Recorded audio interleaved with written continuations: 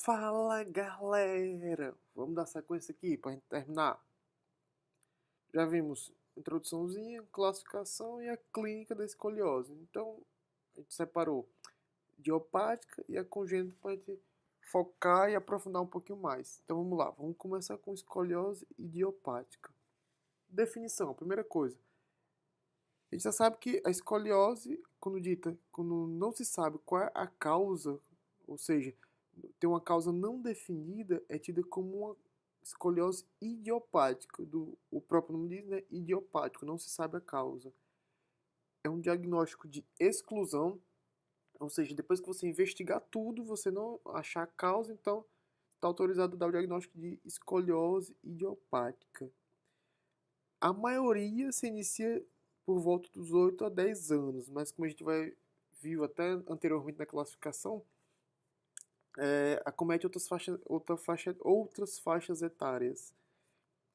Geralmente ela é acompanhada de uma hipocifose, aquela curvatura cervical, ela é um pouco diminuída nesse tipo de escoliose.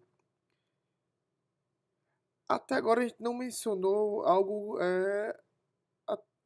que é uma pergunta clássica. A partir de quantos graus de inclinação é considerada uma escoliose?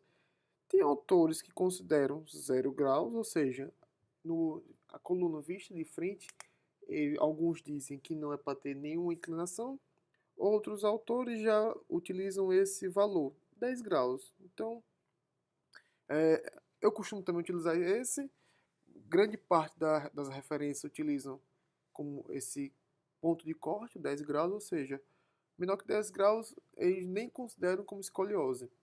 A gente vai utilizar isso aqui como nossa referência. Então, definição: escoliose idiopática, qualquer escoliose, 10 graus. Idiopática, quando eu tenho mais de 10 graus, eu não sei a etiologia, não achei idiopática. Prevalência até que alta, pode atingir até 3% da população geral. E como a gente viu, dividida em infantil, juvenil e adolescente, de acordo com a idade que ela acontece. Ou seja, a maioria disparado está aqui, ó, adolescente.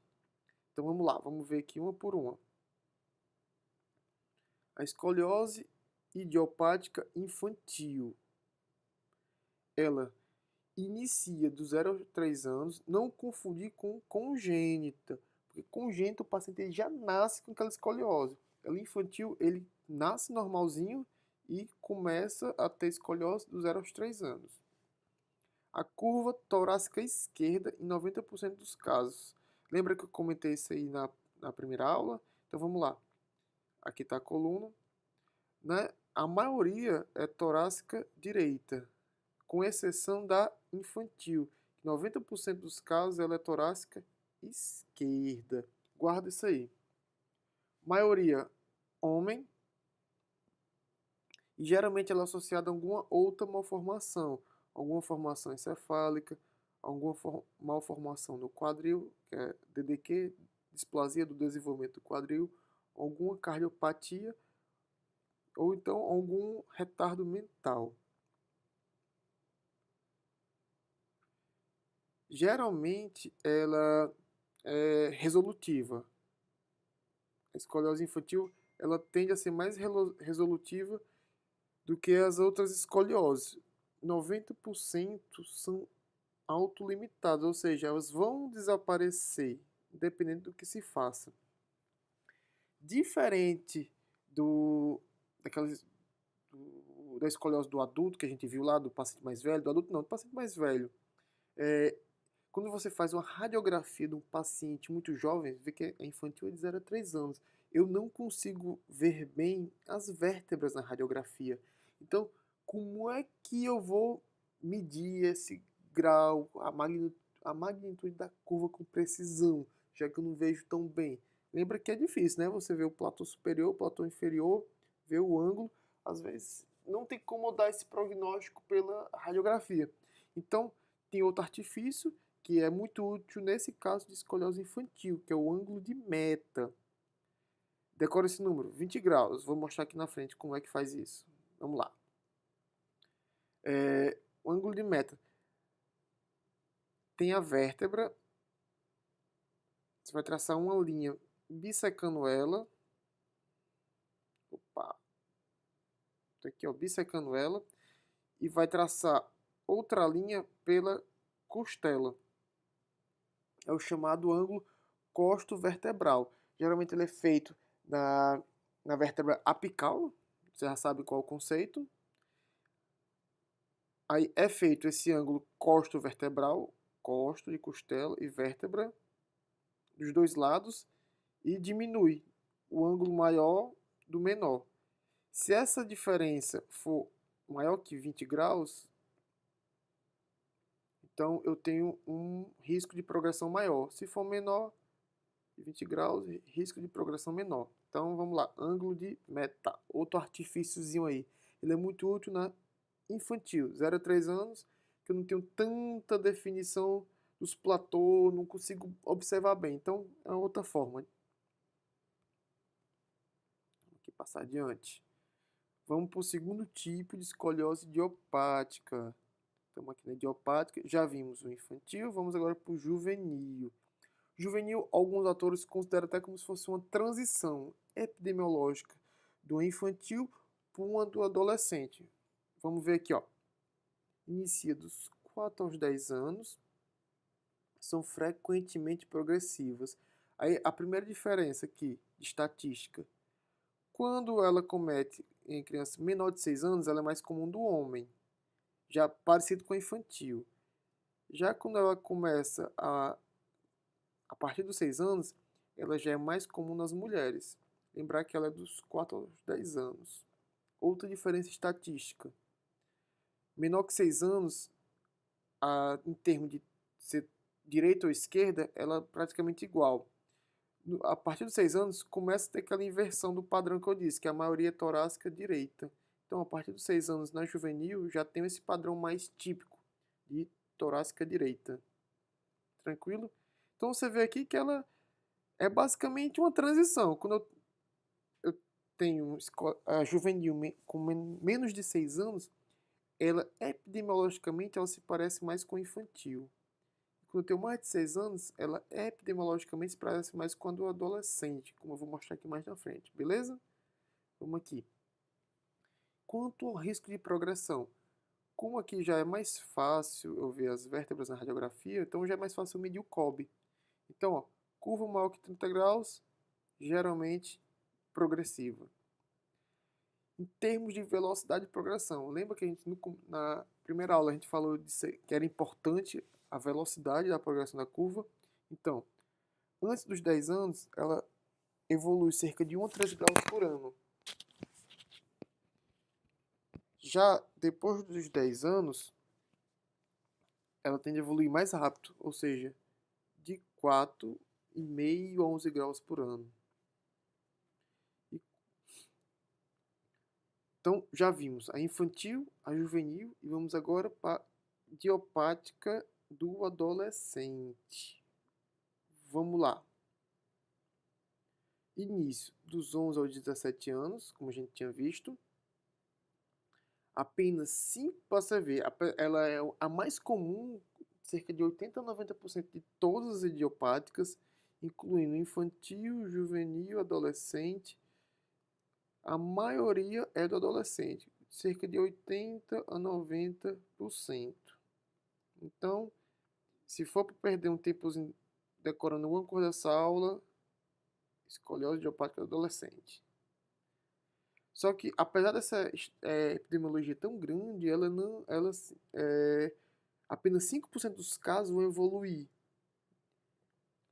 com mais de 30 graus, ou seja, só poucos casos vão ter curvas muito acentuadas. A maioria são menores que 30 graus e dá para levar de forma conservadora. Em termos de estatística, nas curvas menores, epidemiologicamente, homem e mulher são parecidos. Já nas curvas maiores, você vê que as mulheres, estatisticamente, são bem mais acometidas que os homens. Cerca de 8 mulheres para um homem. Quais são os fatores de risco de progressão? Você tem que saber isso aqui, importante. É mais fácil uma escoliose idiopática do adolescente progredir em mulheres, tem pior prognóstico, com potencial de crescimento, lembra lá do Risser, ou seja, Risser 0, 1 e 2, pior prognóstico. Localização da curva torácica, pior do que lombar. E magnitude da curva, ou seja, COB maior que 20, pior prognóstico. Então a gente já sabe, pior prognóstico, mulher, Risser 0 a 2, curva torácica e a magnitude COB, ângulo de COB maior que 20. Então esses são os os fatores de risco de progressão de uma curva. Vamos para as opções aqui de tratamento da escoliose idiopática. Então, vamos lá. Primeiro, só acompanhamento. Quando é que você só acompanha, não precisa fazer nada, a não ser prescrever uma atividade física, uma natação, algum fortalecimento muscular. Curvas menores que 20 graus. Ou seja, escoliose a partir de 10 graus e de 10 a 20 você só observa. 10 graus você nem considera, abaixo de 10 você nem considera escoliose. Vamos apagar aqui. Depois que o paciente ele para de crescer, o paciente maduro, ou seja, um Risser maior ou igual a 3, já não tem tanto potencial de crescimento, não é que essa curva ela não vai mais progredir, não tem potencial, só que ela é baixo. No paciente que não vai crescer mais, a curva ela aumenta em torno de 1 grau ao ano. Isso é o que ocorre normalmente. Então, por isso que nesse tipo de paciente é necessário uma consulta mais de perto, consulta seriada, 4 a 6 meses. Então, paciente menor que 20 graus, você sabe que ele vai piorar só 1 grau ao ano, ou seja, baixíssimo, piora. E acompanhamento dá para fazer em torno de 4 a 6 meses. Só acompanha, vê como é que tá, médio COB, tranquilo. Próxima opção de tratamento conservador, as famosas órteses ou os coletes. Todo mundo viu um amiguinho no colégio usando um colete desse. Então vamos lá. Quando é que eu vou indicar o colete? Primeira coisa, curva 20, dependendo do autor, você vai achar 20 a 40, 20 a 45, ou até mesmo 20 a 50. Vamos aqui adotar o 45. Curva de 20 a 45 graus, paciente em fase de crescimento e com potencial de crescimento, ou seja, Risser menor que 3. Então, 20 a 45 graus, com Risser 0, 1 ou 2. Aí a gente indica o colete. Só que vocês vão ver que existem alguns tipos de colete, não são todos iguais. Vamos ver. Isso aqui é um colete para escoliose. Como é que ele é feito? Se você observar bem, ó, ele tem apoios aqui, ó. E ele é armado desde do crânio do paciente até o sacro. Então, a gente considera isso aqui uma órtese crânio cervical, tóraco, lombo, sacra. Uma OCTLS. Uma órtese occipito ou órtese crânio, tóraco, lombo, sacra. E prestar atenção aqui nos apoios. Por que esses apoios? Isso aqui, quem vai prescrever a altura desses apoios é o médico. Então, onde é que ficam esses apoios? Lembra que eu tenho uma curva, aí tenho uma curva aqui e outra curva aqui. Então, esses apoios eles vão ficar no ápice, nos ápices da curva. Se for um ou duas, geralmente eu tenho uma primária e uma secundária compensatória para manter o paciente no eixo.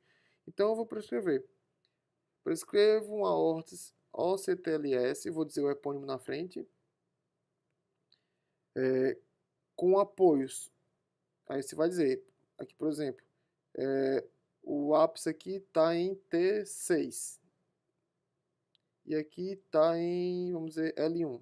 Então você vai dizer T6 à esquerda e L1 à direita. Beleza? Como é que é feita a prescrição? Existe outro tipo de órtese, que é a órtese tóraco-lombosacra, que ela é mais baixa. Você vê que ela não pega aqui a região cervical nem do crânio. É a órtese de Boston. Essa aqui é de Milwaukee. E essa é de Boston. Ou então, órtese tóraco-lombosacra. Mesma indicação, só que tem uma diferença dessas duas. Quando é que eu uso Milwaukee e quando é que eu uso Boston?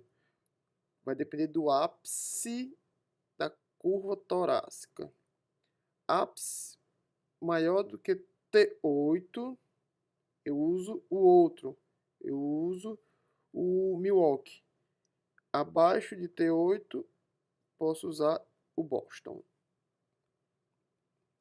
E aqui só para lembrar que até mesmo para dormir, o paciente tem que usar a órtese. Essa aqui não é a mesma órtese de Boston, que eu mostrei no slide anterior.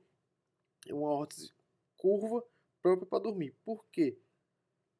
Uma vez prescrita a órtese, colete, esse paciente tem que usar direto. Você vai dizer para a mãe que é 24 horas por dia, só tira para tomar banho, até para dormir paciente com a órtese.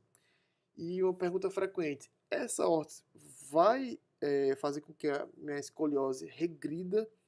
Não, ela vai impedir que piore, basicamente isso.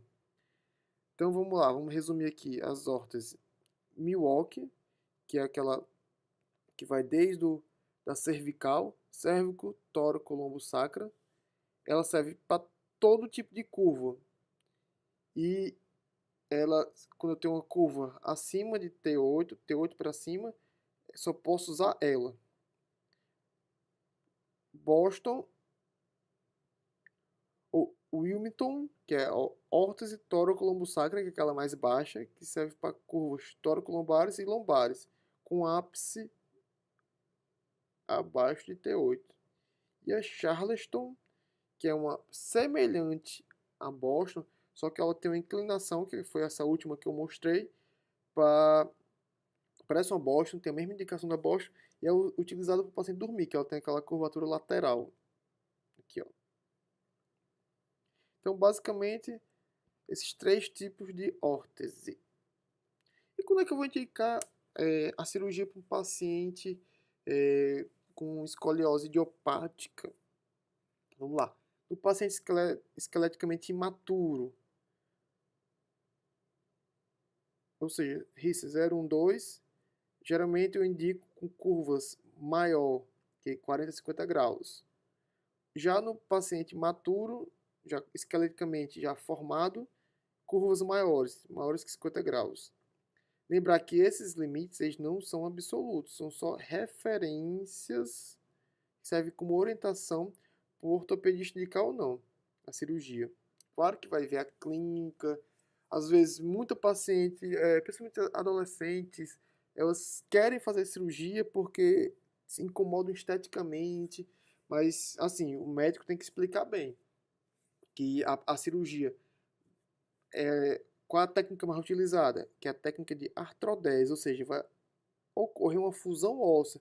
A paciente vai ter uma certa limitação para alguns movimentos, ou seja, então lembrar que não é uma cirurgia puramente estética. É uma cirurgia, por isso que existem as indicações. Como é que é feito? Só para vocês terem uma ideia, não quero que vocês saibam, mas aqui está a escoliose. Durante a cirurgia, o cirurgião ele manipula realmente aquela coluna e deixa ela retificada. Lá em nós a gente chama que desempenou a coluna. Depois ele instrumenta. Existem vários tipos de instrumentação, não vai ser o foco da aula, mas que uma terceira geração, que são parafusos pediculares com hastes. o cirurgião ele alinha, ele desempenha a coluna, instrumenta, coloca esses parafusos e depois ele coloca enxerto ósseo, que é isso que vai segurar a coluna. No raio-x você não vê o enxerto, você vê só os parafusos. Geralmente isso aqui só dura 2 anos. Se o cirurgião ele não fizer a enxertia com osso, ele não colocar osso aqui, não vai, não vai ser efetivo a longo prazo. Mas basicamente isso aí. Ele alinha, coloca, instrumenta a coluna e coloca enxerto. É a chamada cirurgia de artrodese. Então, com isso aqui, a gente fecha a parte de escoliose idiopática. A gente vai seguir agora para a escoliose congênita, que é mais tranquilo, mais rápido. Basicamente, definição: é uma curva presente por alguma anomalia vertebral e causa um desequilíbrio do crescimento longitudinal. Qual a diferença? Porque o paciente ele já nasce com aquela escoliose. Geralmente, a etiologia, algum fator ambiental, fetal, não genético. Por exemplo, a mãe pode se expor a algum agente agressor, aquela. Quando vocês verem obstetrícia, vocês veem que o primeiro trimestre de gravidez, pense no período reimoso. Qualquer coisinha tem uma malformação no feto. Que do mesmo jeito, geralmente acontece no primeiro trimestre, essas alterações, muita associação com anormalidade urológica e cardiopatia congênita. Ou seja, não vem só escoliose, vem escoliose mais algumas coisas juntos. Classificação já é mais tranquilo. Basicamente são 3 tipos: defeito de segmentação, defeito de formação e misto, ou seja, os dois ao mesmo tempo. Lembra lá na embriologia, né? Na embriologia, que a coluna tem aquela questão dos somitos, tudo mais. Aí, ou seja, ela segmenta e depois ela forma as vértebras. Então, eu posso ou ter um defeito dessa segmentação ou na formação. Ou então, os dois. Aqui só para exemplificar, aqui eu tenho falha, aqui do lado direito, esses dois exemplos, eu tenho falha de segmentação, ó. Você vê que não segmentou, e aqui segmentou só de um lado. E aqui nos dois exemplos aqui da esquerda, eu tenho uma falha de formação, ó. Você vê que segmentou, a coluna está toda segmentada, só que ela não formou bem as vértebras. Tratamento para esse tipo de escoliose, geralmente o tratamento conservador ele não tem bons resultados. A maioria dos casos mesmo vão ser cirúrgicos, que tem um potencial de progressão muito grande. Então, para encerrar, eu disse que ia ser curta essa segunda aula, realmente curtinha, mas eu quero que vocês saiam da aula aqui com essas definições. Vamos lá.